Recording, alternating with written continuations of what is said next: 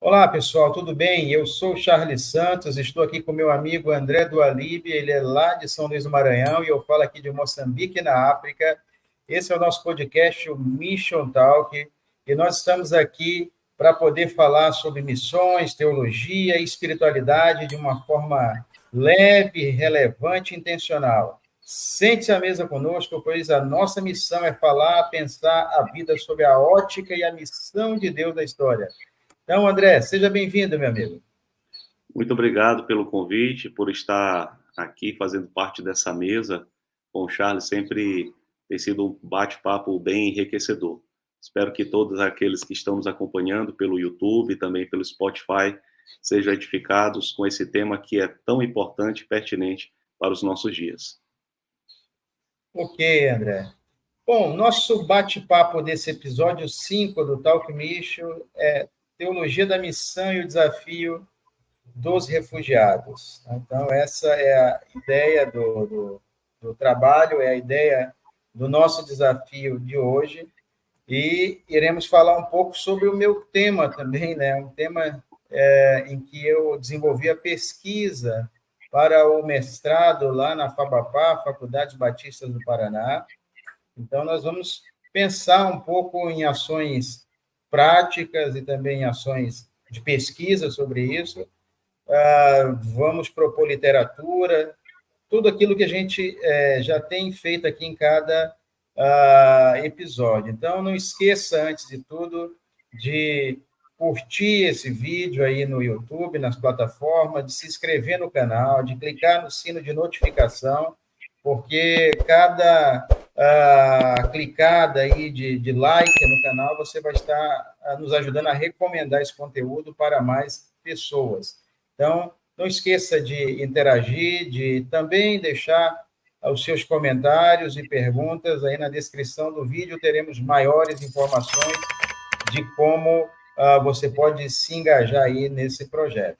Então, nós vamos começar hoje de forma diferente, né? Vamos falar de teologia da missão e desafio dos refugiados, e aí a gente pretende pensar aqui de uma forma mais ampla, não só refugiados, a gente está tendo o maior fluxo de mobilidade humana da história, até porque nós temos mais pessoas no mundo do que todos os séculos anteriores.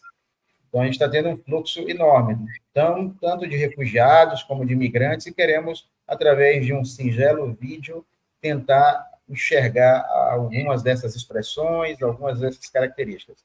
Então, vamos lá, vamos entender sobre refugiados e deslocados.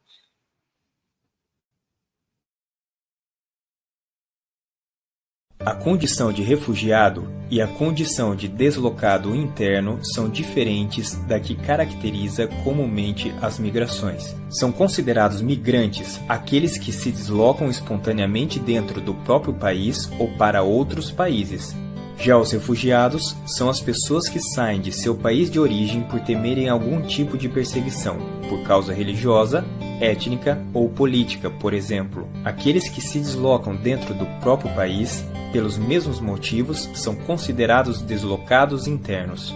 Muitos também partem fugindo de conflitos armados, guerras civis, violações de direitos humanos e catástrofes ambientais. De modo geral, aqueles que passam por esse tipo de situação se refugiam em outros países. Normalmente, os refugiados enfrentam grandes dificuldades em seus deslocamentos, percorrendo caminhos inseguros que podem oferecer risco à vida. Quando chegam ao destino, solicitam às autoridades locais o reconhecimento de sua condição de refugiado para que tenham o direito a abrigo e proteção adequados. No entanto, o processo de reconhecimento pode ser demorado, o que contribui para que as pessoas em condição de refúgio se submetam a relações de trabalho sem qualquer proteção legal. O apoio dos países que recebem refugiados é importante também na acolhida dessas pessoas à cultura local, contribuindo, por exemplo, com políticas públicas para que aprendam o idioma. Porém, alguns países têm adotado medidas para dificultar a entrada de refugiados, em especial na Europa e nos Estados Unidos. A Organização das Nações Unidas, ONU, tem criticado essas medidas por considerá-las preconceituosas. Já os deslocados internos, muitas vezes, não têm garantidos os seus direitos no próprio país, como é o caso de muitas pessoas em meio a guerras civis. Outro caso relacionado aos deslocamentos internos refere-se às catástrofes naturais que podem afetar o atendimento integral de um país à sua população. No Haiti, por exemplo, estima-se que, desde 2010, os terremotos tenham forçado cerca de 350 mil pessoas a se deslocarem no país e a viverem em condições precárias. O deslocamento de pessoas é um fenômeno antigo, mas tem se intensificado recentemente. Segundo dados da ONU, em 2017, o número de refugiados e deslocados internos bateu um novo recorde pelo 5º ano consecutivo, totalizando 68 milhões e meio de indivíduos. Esse número equivale a uma pessoa se deslocando a cada 2 segundos.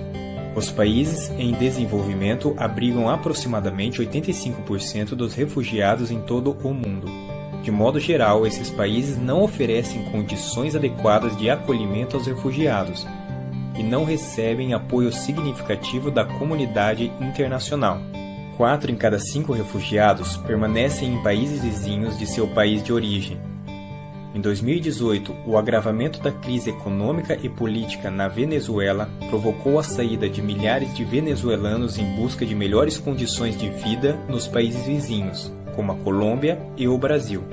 Além disso, 2/3 dos refugiados em todo o planeta vêm de 5 países: Síria, Afeganistão, Sudão do Sul, Mianmar e Somália.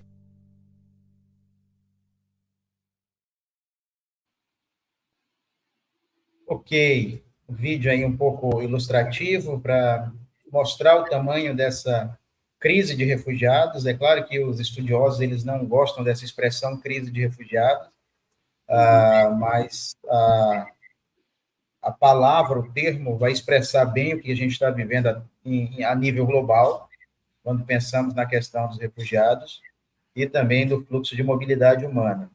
E nós vamos pensar, André, a partir da primeira proposição, da primeira reflexão para hoje.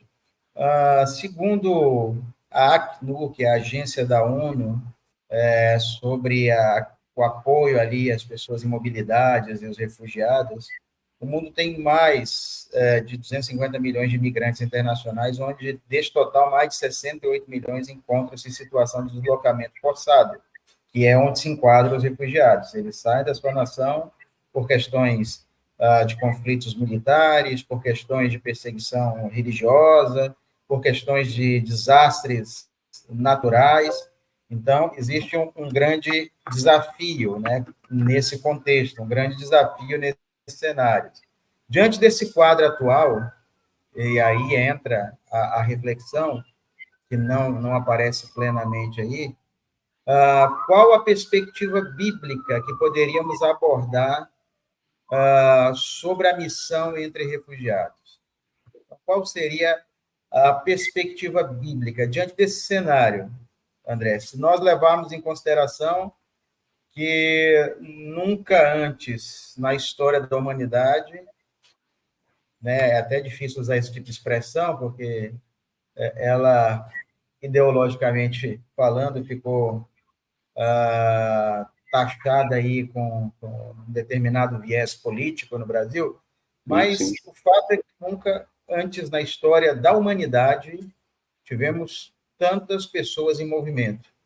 E, claro, existe um fator de número, de dados mesmo, de crescimento populacional, mas isso impõe também um desafio a políticas públicas internacionais, ao papel do Estado ou das nações como Estado e como comunidades políticas e gestores públicos internacionais, mas também isso impõe uma reflexão sobre o papel da igreja nesse cenário. O que você tem a falar, André? Então, é importante refletir sobre esse assunto, que é um assunto da nossa realidade. E quando a gente pensa na perspectiva bíblica, né, de missões entre os refugiados, nós percebemos que está fundamentado, pelo menos, em 3 princípios bíblicos, né, que é o amor, a compaixão e a justiça. E esse é o segundo maior mandamento que o Senhor trouxe à igreja, de amar o próximo como a si mesmo. E termos compaixão em relação àqueles que estão vulneráveis, em quadro de vulnerabilidade social e que precisam dessa assistência. Quando nós vemos as escrituras, né, até aqueles que não são especialistas vão perceber pessoas que foram oprimidas, viveram sobre o jugo de tantas nações, e como o Senhor, ele teve cuidado com aqueles que, de fato, precisavam ser acolhidos e receber dessa misericórdia, que houvesse, de fato, a intermediação da justiça sobre essas pessoas. Às vezes a gente pensa na questão da justiça, mas, de maneira bíblica, existe pelo menos 3 aspectos da justiça quando é tratado na Bíblia. A justiça moral, que é aquela que vai dizer a respeito da conduta da pessoa em relação à sociedade, vai falar a respeito da justiça no processo regenerativo, e também vai falar a respeito da justiça social, que é aquela quando nós olhamos o direito do próximo não sendo atendido e simplesmente a compaixão, a demonstração de identificação sobre a dor em relação ao próximo, de nos levar a aproximar e de reverter aquele quadro. É o que a gente vê até na parábola do bom samaritano, que é dito por Jesus, e que também reforça a ideia de estender a mão sobre aqueles que estão necessitados. A gente percebe em toda a narrativa bíblica a necessidade da extensão desse cuidado. Quando olhamos 1 João capítulo 3, versículo 17 e 18, vai falar que se alguém tiver recursos materiais e vendo seu irmão em necessidade, não se compadecer dele, como pode permanecer o amor de Deus. Filhinhos, não amemos de palavra nem de boca, mas em ação e em verdade. A gente vê como as escrituras apontam para o cuidado e para a solidariedade em relação ao próximo. Deuteronômio capítulo 10 também vai reforçar esse mesmo entendimento, quando Moisés ele declara: pois o Senhor, o seu Deus, é o Deus dos deuses, o soberano dos soberanos, o grande Deus, o poderoso e temível, que não age com parcialidade nem aceita suborno. Ele defende a causa dos órfãos e das viúvas e ama o estrangeiro, dando-lhe alimento e roupa. Amem os estrangeiros, pois vocês mesmos foram estrangeiros no Egito. Então, assim, esse texto já nos mostra que na própria história do povo de Deus havia a necessidade dessa identificação, porque o próprio povo viveu sobre o Egito, fora da sua pátria, fora de Canaã, fora da sua realidade, e necessitou da assistência de outras pessoas.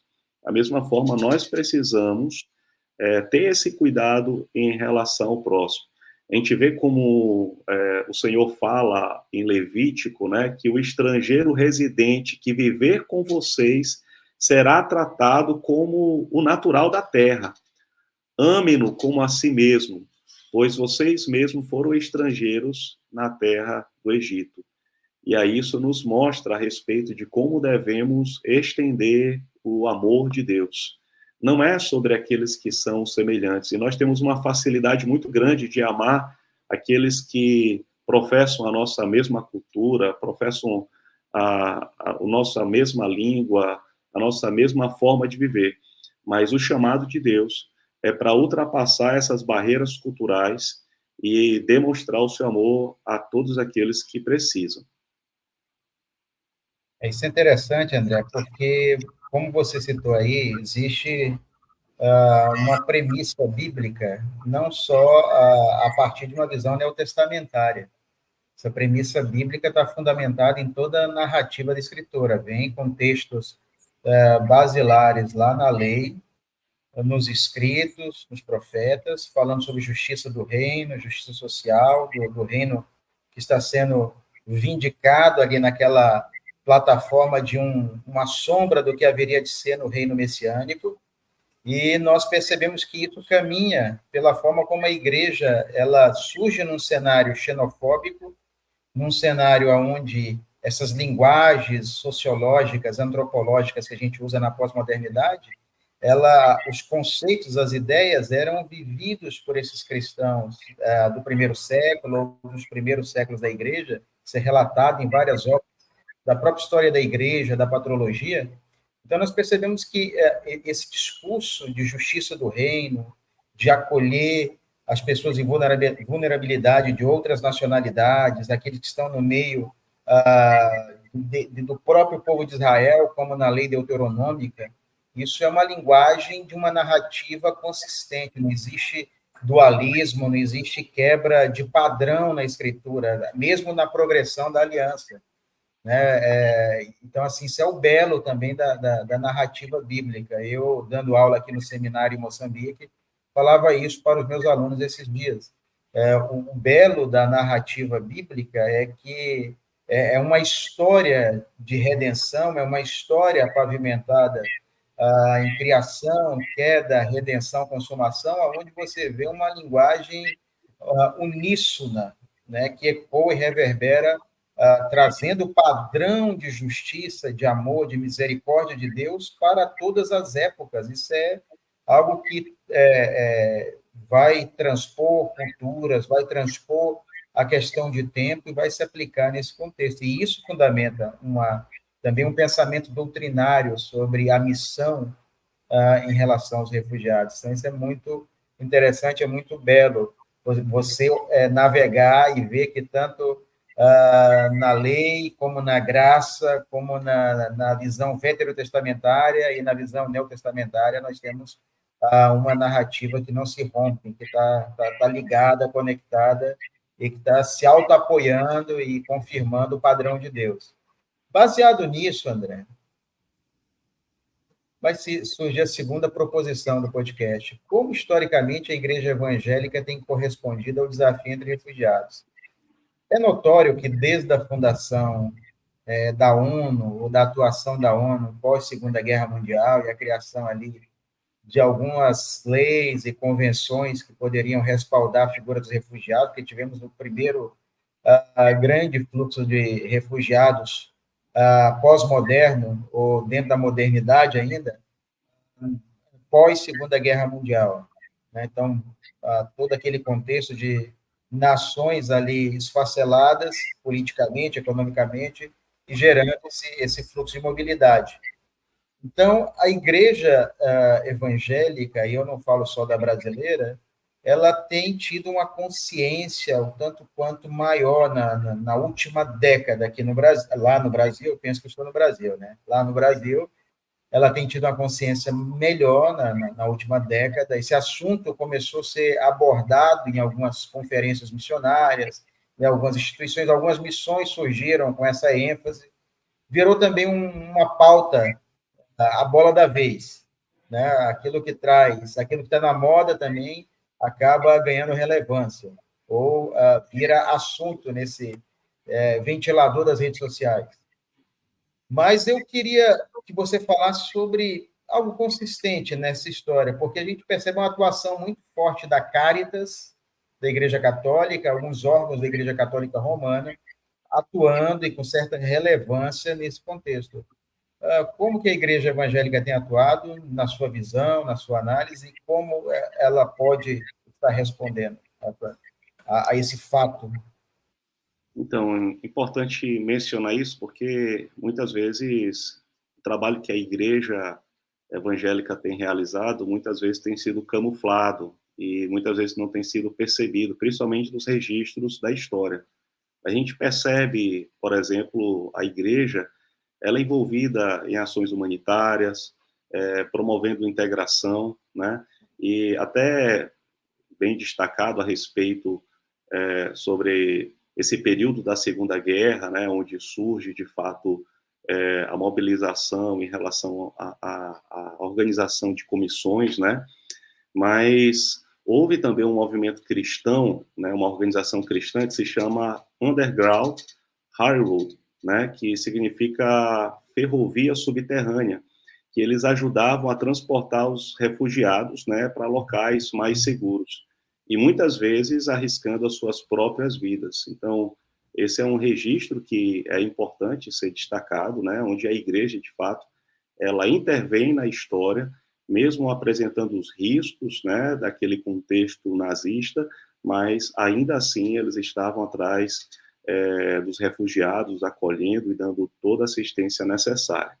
Uma ação humanitária também de acolhimento por parte da igreja aconteceu entre os refugiados vietnamitas, né, em 1975, né, após a queda de Saigon, né, milhares de vietnamitas fugiram em embarcações precárias em busca de refúgio.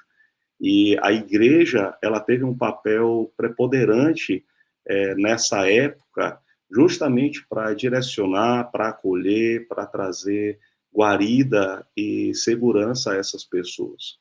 A gente vê também assistência sobre o período da guerra na Bósnia, de 92 a 95 também. A igreja evangélica também desempenhou um papel importante, fornecendo ajuda às pessoas, abrigando e dando apoio emocional aos refugiados e deslocados naquele local. Então, muitas organizações cristãs estiveram envolvidas em iniciativas na reconstrução do pós-conflito de guerra. Então, a gente percebe como a igreja ela teve um papel na história em relação aos refugiados. Isso também entre outras situações, como, por exemplo, os refugiados da Síria, no período de 2011, né, que depois da Segunda Guerra foi um dos períodos mais marcantes em relação a refugiados sobre o mundo. Então, a igreja, de fato, ela socorreu, ela estendeu as mãos, elas foram os braços do Senhor para socorrer aqueles que estavam aflitos e necessitados. Ok. Nós temos a igreja do próprio contexto histórico de perseguição, né? A igreja, em várias nacionalidades ao longo da história, tendo ali os seus membros como pessoas pertencentes a determinados povos e nações sendo perseguidos e estando na condição de refugiados, né? Exemplo disso lá nas guerras púnicas, entre Roma e Cartago, na questão do norte da África, isso ali no século II, a.C., a fuga dos huguenotes, né, em relação à perseguição no século XVII, no período de reforma protestante, e os reverberes que a reforma causou ali na Europa.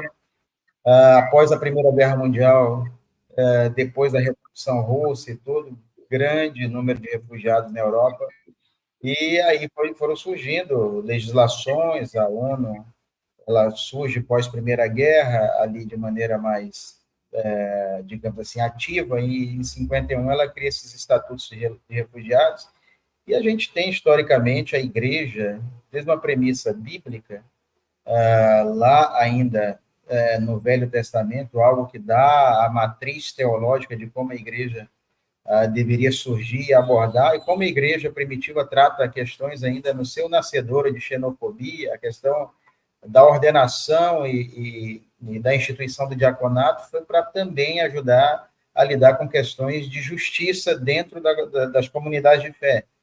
Um amparo às pessoas em vulnerabilidade, o órfão e a viúva como figuras bíblicas dessas pessoas em vulnerabilidade, e também a questão de grandes desafios, né? De grandes desafios nesse setor. Bom, o André, ele deu uma caída aí a internet dele, mas nós vamos continuar aqui o nosso Talk Nicho, você que está ouvindo aí no Spotify, você que está visualizando, vamos abordar um pouco mais dessa questão. Uma outra proposição para pensarmos aqui no Talk Nicho é sobre, diante as premissas bíblicas da missão, quais modelos de trabalho missionário podem refletir práticas frutíferas e relevantes entre os refugiados.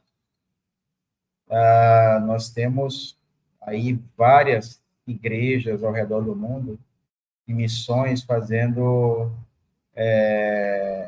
assim, ações muito relevantes nos dias de hoje, já há algum tempo. Por exemplo, no meu livro, que eu vou falar mais no final, que eu estarei lançando agora no formato digital, no mês de dezembro, o livro chamado Igreja em um Mundo Globalizado, vai tratar justamente, a minha dissertação de mestrado, adequada para a questão de literatura de livro. Então, essa dissertação de mestrado, ela se tornou um livro que nós estamos intitulando A Missão da Igreja em um Mundo Globalizado, Ação Missionária em Contexto de Mobilidade Humana, Migração, Imigração e Fluxo de Refugiados. Então, ele trata desse histórico, ele trata dessa questão, ele trata dessa caminhada, ele trata dessa perspectiva, e ele vai exemplificar nesse livro, já fica aí o mexendo, vamos divulgar aqui no canal, de como a igreja pode desenvolver práticas frutíferas. O que são práticas frutíferas? Não são simplesmente práticas no sentido de você fazer por proselitismo religioso. Não. As práticas frutíferas, elas estão conectadas, elas estão ligadas com ações intencionais de você responder uma demanda, claro, com a perspectiva querigmática, uma perspectiva bíblica, uma perspectiva apoiada realmente nos valores do reino, para poder não tão somente fazer ali seguidores de Jesus, mas para trazer ao coração dessas pessoas, para trazer ao seio dessas pessoas uma perspectiva bíblica. Seja bem-vindo de volta aí, André. André voltou Tá aí. Certo. Desculpa aos ouvintes. Não, mas está tranquilo. Estou aqui continuando, dando andamento já à fala sobre a terceira proposição aqui, e estou falando que, dentro da obra que eu vou lançar, Missão no Mundo Globalizado, em formato digital, agora em dezembro, existem vários exemplos de trabalhos bem feitos ao redor do mundo, de algumas igrejas e missões, sobre práticas de refugiados que vão além da questão de fazer prosélito, né? Porque é uma ideia muito comum, não, vou ajudar refugiado a fazer prosélito. Acho que a igreja tem que ter intencionalidade na questão querigmática, de proclamar o evangelho intencionalmente, mas ela não vai praticar a justiça do reino só por uma questão de proselitismo, ou basicamente pautada, fundamentada na questão de proselitismo. Existe uma interação, existe uma encarnação da graça, há uma empatia com quem está sofrendo. Então, a igreja tem essa missão, e aí eu poderia citar a Igreja do Povo, lá no Canadá, né, The People's Church, uma igreja do Oswald Smith, que há décadas faz um trabalho relevante com migrantes, imigrantes e refugiados no Canadá, que é um dos países que mais recebem também alguns tipos de pessoas que estão vindo de fluxo de refúgio da Somália e de algumas partes do globo. Nós temos o trabalho a própria PIB de Curitiba, que fez um trabalho bem relevante nesse conflito Rússia e Ucrânia, recebendo famílias de ucranianos e também famílias de pessoas nessa última fuga, quando o Talibã assumiu ali o regime de novo no Afeganistão, então afegãos que vieram ao Brasil. E tivemos várias igrejas acolhendo também haitianos e venezuelanos, na minha própria igreja no Brasil, em Brasília, trabalhamos na pandemia, quando eu ainda estava no Brasil, com acolhimento, com mobilização, com atuação, desenvolvendo práticas frutíferas. E nós temos vários modelos, né? Eu não vou vender muito o meu peixe agora, porque eu quero que você adquira e leia o meu livro aí, que vai ser lançado agora, provavelmente até 25 de dezembro. Pode falar, André, sobre esse ponto. Acredito que o ponto principal é, de fato, apresentar o Evangelho. A missão da igreja é anunciar as boas novas da salvação.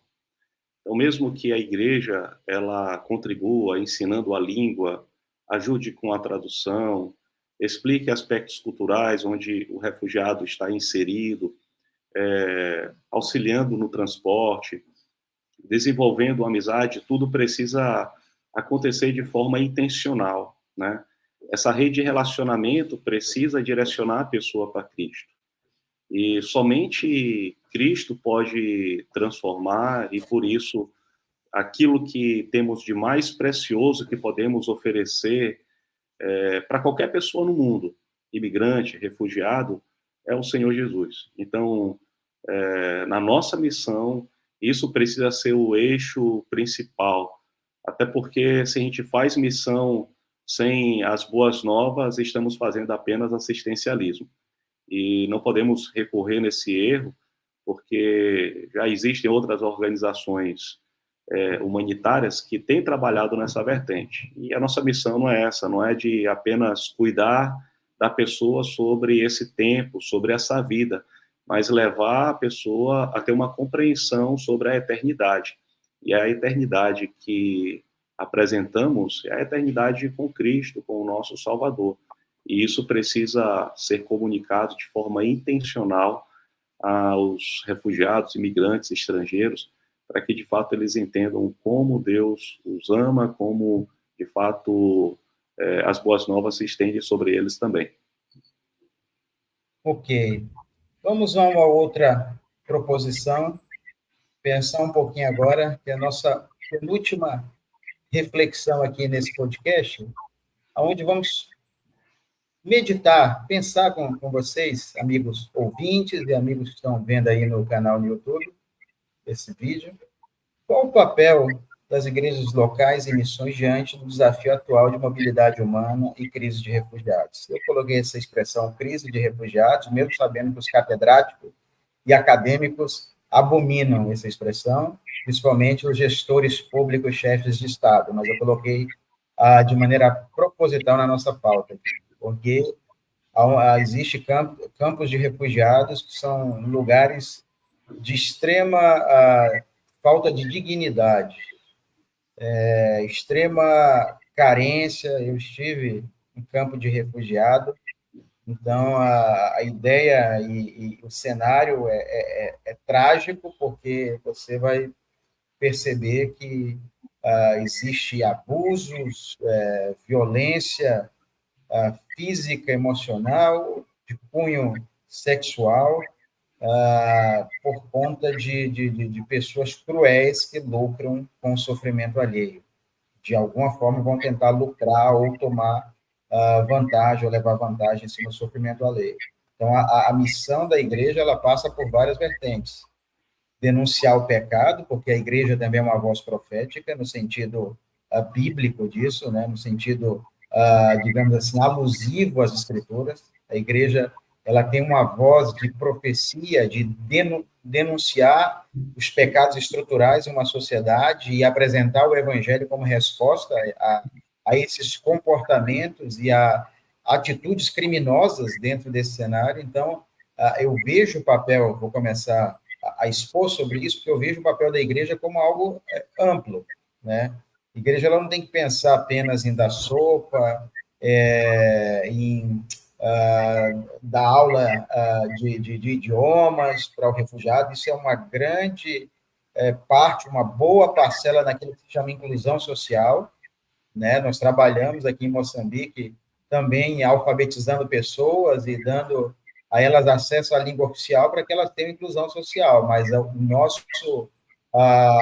nosso background é que também elas têm acesso às escrituras, têm acesso a uma compreensão melhor do evangelho e entendam que redenção plena e restauração plena em qualquer esfera da existência humana está no evangelho. O evangelho, o encontro com a graça de Deus, o encontro com Cristo encarnado através da sua igreja, que é o seu corpo na terra, e uma ação discipuladora vai gerar transformação em cenários, comunidades, pessoas, indivíduos, e a igreja, ela tem amadurecido esse ponto. Eu tenho visto algumas ações que enchem meu coração de alegria, algumas organizações missionárias, a própria MIAF, com a qual eu trabalho, a própria Missão Mais, em Curitiba, que trabalha com cristãos de nações perseguidas e que estão em situação de refúgio, e também em fluxo de mobilidade, e outras organizações missionárias. Faltaria tempo aqui para citar, igrejas que eu já citei aqui, né, 2, para ficar como exemplo. Então, nós temos hoje assim, um grande desafio, mas o papel da igreja é continuar sendo bíblica, intencional, relevante, levar Jesus aonde ele ainda não foi anunciado, anunciar Jesus não só com palavras, mas com atos de justiça e misericórdia, é anunciar Jesus com ações visíveis também, porque o amor, ele não é algo abstrato, ele não é algo neoplatônico, como a cultura ocidental e grego-bizantina tentou impor sobre nós ocidentais, de que o amor é algo abstrato, neoplatônico. Não, o amor na Bíblia não é nem um sentimento, é uma atitude, é reativo. Deus nos amou e nós acabamos espalhando de forma reativa esse amor, acabamos existencializando, materializando esse amor com atos de misericórdia, com atos de justiça, com atos onde Cristo é visualizado na essência da igreja que exala o bom perfume de Cristo. Então, existem várias ações, aquilo que o André falou agora há pouco, não são apenas projetos sociais, isso é necessário. Existem organizações que são focadas só em atos humanitários, e glória a Deus por elas também, porque elas são necessárias para o bem comum da sociedade, mas a igreja ela precisa olhar de forma holística além desse cenário, e ela precisa agir também de forma holística, além apenas do viés social. E também além do evangeliquez. Pode falar, sim, André. sim. Não, com certeza. A gente vê que já existe algumas frentes evangélicas que têm atuado, né, nessa mobilidade humana, na ajuda em relação aos refugiados, mas a gente percebe que isso poderia ser mais expressivo, né? E isso muitas vezes acontece por conta de um certo comodismo. Às vezes a pessoa acaba enveredando por um pensamento mais hedonista e acaba não atendendo, né, aqueles que tanto precisam. Eu estive em um centro de refugiado em Moçambique há alguns anos atrás e estive trabalhando com um pastor lá, o pastor Sadi, e foi um tempo muito precioso, né? Porque quando a gente sentava e ele compartilhava o processo, né, de saída do seu país, e o centro de refugiado em Maratane, havia pessoas do Congo, havia pessoas do Sudão, havia pessoas de Ruanda, havia pessoas da Somália, e assim, eles faziam essa travessia e muitas vezes passavam meses até chegar em alguma nação que se colocasse de forma voluntária para acolher. E quando eles compartilhavam situações de familiares que morreram, né, nesse percurso, a gente percebe como estamos distantes e alheios, né, àquilo que de repente poderíamos estar dando maior assistência, né? Conheço também missionários que têm atuado ali na Jordânia e que têm dado assistência a refugiados da Síria, e eles compartilham a realidade calamitosa que muitas vezes eles acabam enfrentando.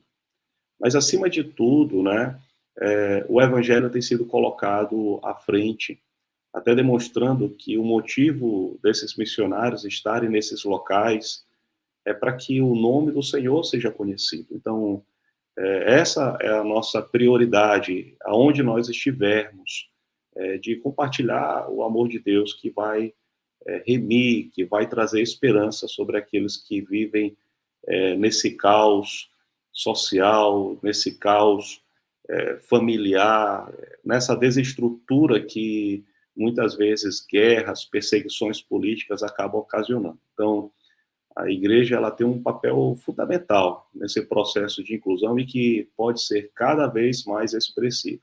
É claro que já temos feito muito, né, como foi apresentado pelo Charles, em relação a algumas organizações, mas acredito que podemos fazer mais, né? O Senhor é aquele que é o dono de toda a riqueza, do ouro e da prata, é aquele que comissiona, de fato, tantos missionários, não somente para nossa Jerusalém, mas aos confins da terra. E Deus tem trazido até nós, aqueles que estão nos confins da terra, para ouvirem as boas novas.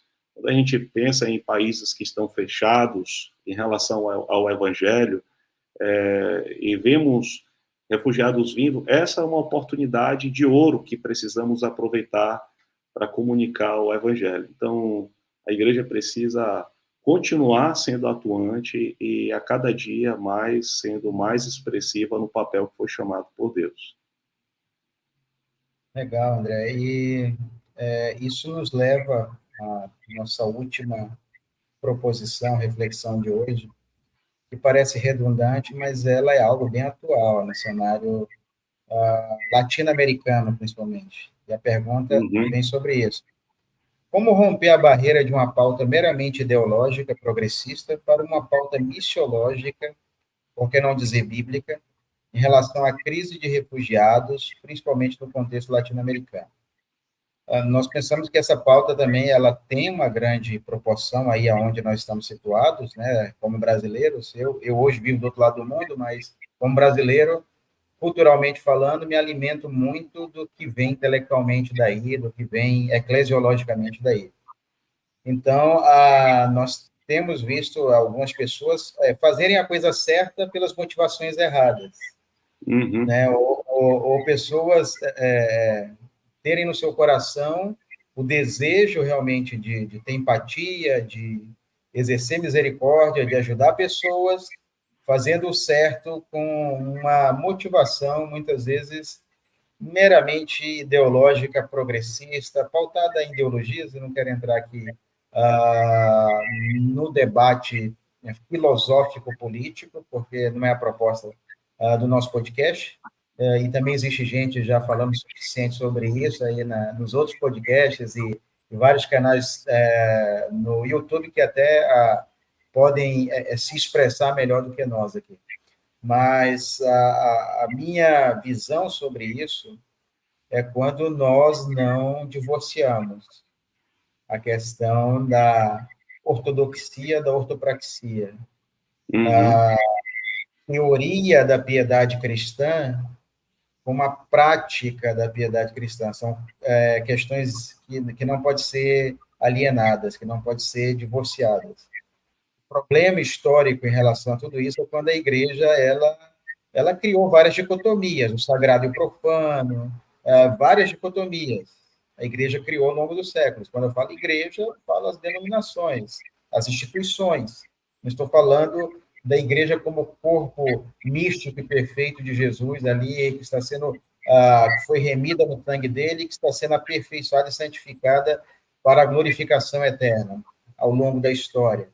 Eu estou falando da igreja como instituições. E como instituições, ela tem seres humanos. Seres humanos não são infalíveis, apesar de algumas igrejas acharem que os seus fundadores são infalíveis.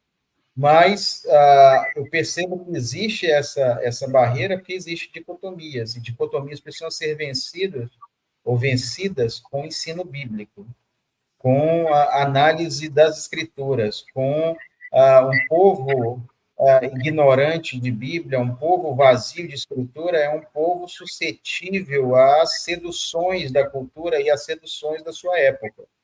Então, uma igreja que é alimentada, uma igreja que é saudável, uma igreja que é bíblica, uma igreja que é missional, que é intencional, que é relevante, ela não vai ceder às seduções da sua época, às seduções culturais e filosóficas, achando que essas motivações são suficientes para fazer boas obras, até porque nós não somos salvos pelas boas obras que fazemos, nós somos salvos em Cristo para produzirmos boas obras para a sua glória, como igreja do Senhor.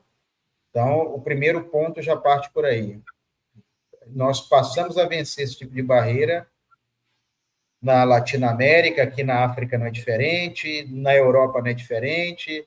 Nós vimos o que aconteceu ontem na Argentina, dentro da agenda política, que é uma guerra de narrativas, de ideologias, de conflitos, e as pessoas levam isso para dentro da cultura e isso afeta as outras esferas, inclusive a esfera da fé. É como aconteceu no Brasil aí, nesse jogo político nos últimos 8 anos aí, no mínimo.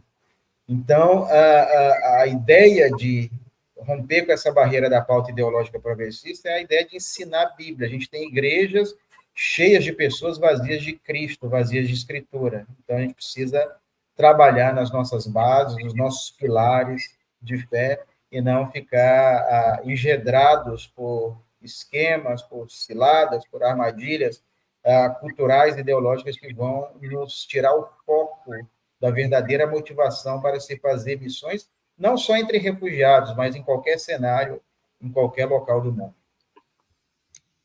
É importante pontuar isso, e eu quero falar de maneira resumida, até porque você foi bem pontual e cirúrgico aí em suas palavras, mas precisamos sempre ver os frutos, né, desse trabalho, né? É claro que para romper, de fato, essa barreira que é ideológica, progressista, né, precisamos voltar à origem, saber que antes de haver essa ideia progressista, já era uma ideia bíblica em relação à assistência e ao cuidado em relação ao imigrante, ao estrangeiro, ao refugiado, e, por vezes, alguns partidos, o viés político acaba adotando como se essa ideia fosse sua, mas essa já era uma ideia que existia antes mesmo de surgir algumas pautas ideológicas. E o que é necessário para romper, porque às vezes acaba havendo uma mistura aí em relação à interpretação dessa realidade, é de fato voltar para as escrituras, né? As escrituras, ela é suficiente, ela é inerrante e ela é poderosa para transformar a vida de qualquer pessoa. E nesse caso, até em relação às ideologias, né? A palavra, ela é suficiente para nos mostrar qual caminho devemos perseguir. Então, finalizando aqui em breves palavras, eu pontuaria isso. Ok, André. Bom, nós vamos passar agora nossas dicas de literatura, né, para poder chegarmos já na parte final do nosso podcast. Eu vou deixar aqui vai estar na descrição do vídeo, até onde comprar, onde adquirir. Nós temos um colega que foi missionário na África aqui muitos anos, em alguns países, trabalhou com refugiados na África, hoje trabalha no Oriente Médio, uma questão de segurança, não vou falar muito sobre a localização, apesar de ser um local em que a perseguição é média lá, e ele é um escritor premiado no Brasil, e não só no Brasil, ele tem livros também em inglês, um exímio falante da língua inglesa, é o Jairo de Oliveira. Então, primeiro, os livros que eu estou citando aqui foram bases bibliográficas para a minha pesquisa de mestrado, acabei utilizando. Refugiados, Peregrinos e Forasteiros, editora Descoberta, o autor Jairo de Oliveira, o link está aí na descrição. E eu sempre tenho procurado deixar, no mínimo, uma indicação, mas vou deixar um outro para quem lê a língua inglesa. E também é do Jairo de Oliveira, Changing Stories, que seria mudando a história, ou mudando histórias, no plural, respondendo à crise dos refugiados com base na teoria e prática bíblica. O link também está na descrição do site em inglês para você que quer comprar. Eu comprei esse livro na época no Kindle. Então, para quem gosta de leitura digital, para quem tem habilidade com a língua inglesa, Changing Stories. Então, mudando histórias. Várias ações e várias histórias sobre o trabalho com refugiados. É um livro bem interessante que o Jairo lançou em plena pandemia. Então, é basicamente isso. E agora, uma dica de pré-lançamento, que eu já falei aqui algumas vezes, o meu livro em formato digital vai sair aí nas plataformas, Kindle e etc. Pretendemos lançar 25 de dezembro, nas próximas semanas vamos anunciar mais sobre isso. A missão da igreja em um mundo globalizado, a ação missionária em contexto de mobilidade humana, migração, imigração e fluxo de refugiados. É mais um livro que a gente tem tido o prazer aí de trabalhar e publicar, e no ano que vem pretendemos lançar ele em plataforma física também, para contribuir com os ministérios que desenvolvemos aqui no continente africano. Toda a vendagem de créditos vai ser para os fins aqui ministeriais em Moçambique. Então, desde já fica a minha dica. Pode falar, André. Então, a minha indicação de leitura, né, parte de alguns artigos que encontrei pela revista Ultimato, que é uma revista que traz muita reflexão sobre teologia e também missiologia. Então, fica aqui a indicação desse material. Eu ia fazer a indicação do TCC, da dissertação aí do nosso amigo, né? Mas, como ele já apresentou, fica aí para aqueles que estão nos assistindo, nos acompanhando, que tenho certeza que vão ser muito edificados. Vocês não aguardam por esperar, viu? Ok, obrigado, André.